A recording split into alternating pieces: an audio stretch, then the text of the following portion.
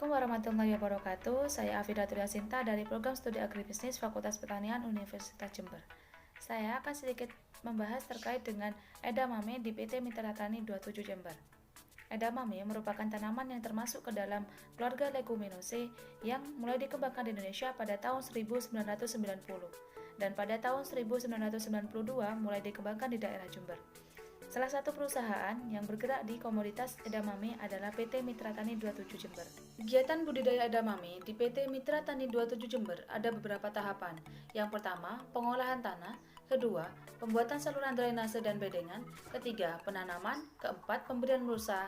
Kelima, pemeliharaan. Dan yang terakhir adalah pemanenan. Untuk lebih jelasnya, kita akan bahas satu persatu. Yang pertama adalah pengolahan tanah. Kegiatan pengolahan tanah diawali dengan pembersihan lahan.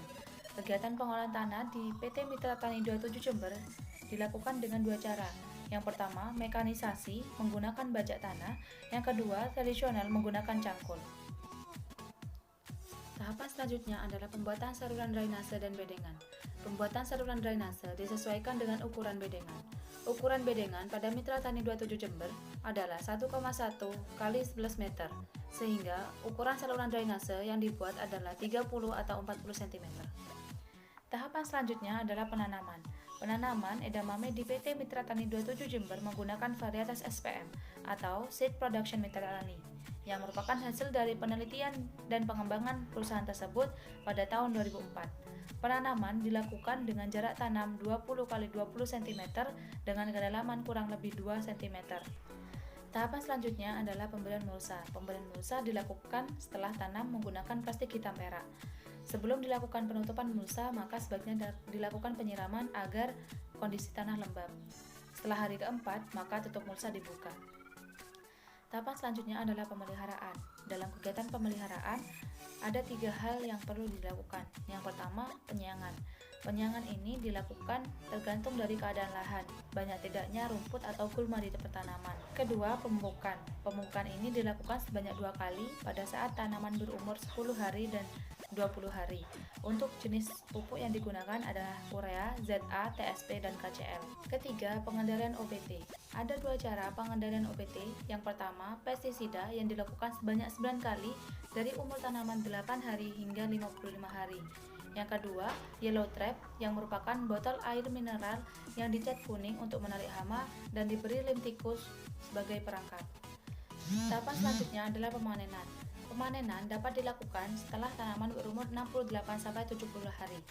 Dengan kriteria bolong sudah terisi lebih dari 85%. Pemanenan dilakukan dengan cara diarit dan dikumpulkan di suatu tempat untuk dilakukan pemetikan. Setelah dipetik, maka dilakukan pengangkutan, di mana menggunakan bantuan tenaga manusia dari lahan menuju ke pengumpulan, kemudian diangkut menggunakan truk menuju ke pabrik. Selain melakukan budidaya, PT Mitra Tani 27 Jember melakukan pengolahan edamame menjadi beberapa produk dengan proses agroindustri yang berbeda-beda. Ini merupakan outlet edamame milik PT Mitra Tani 27 Jember yang berada di Jalan Brawijaya 83 Jember.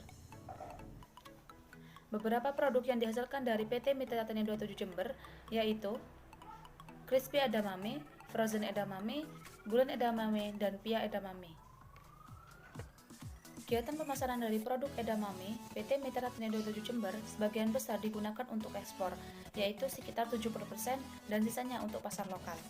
Produk yang digunakan untuk ekspor adalah frozen edamame dengan negara tujuan utama adalah Jepang. Saluran pemasaran dari produk edamame terdiri dari 2 saluran, yaitu untuk pasar lokal dan untuk pasar internasional. Itulah penjelasan terkait dengan edamame di PT Mitra Tani 27 Jember. Sekian, wassalamualaikum warahmatullahi wabarakatuh.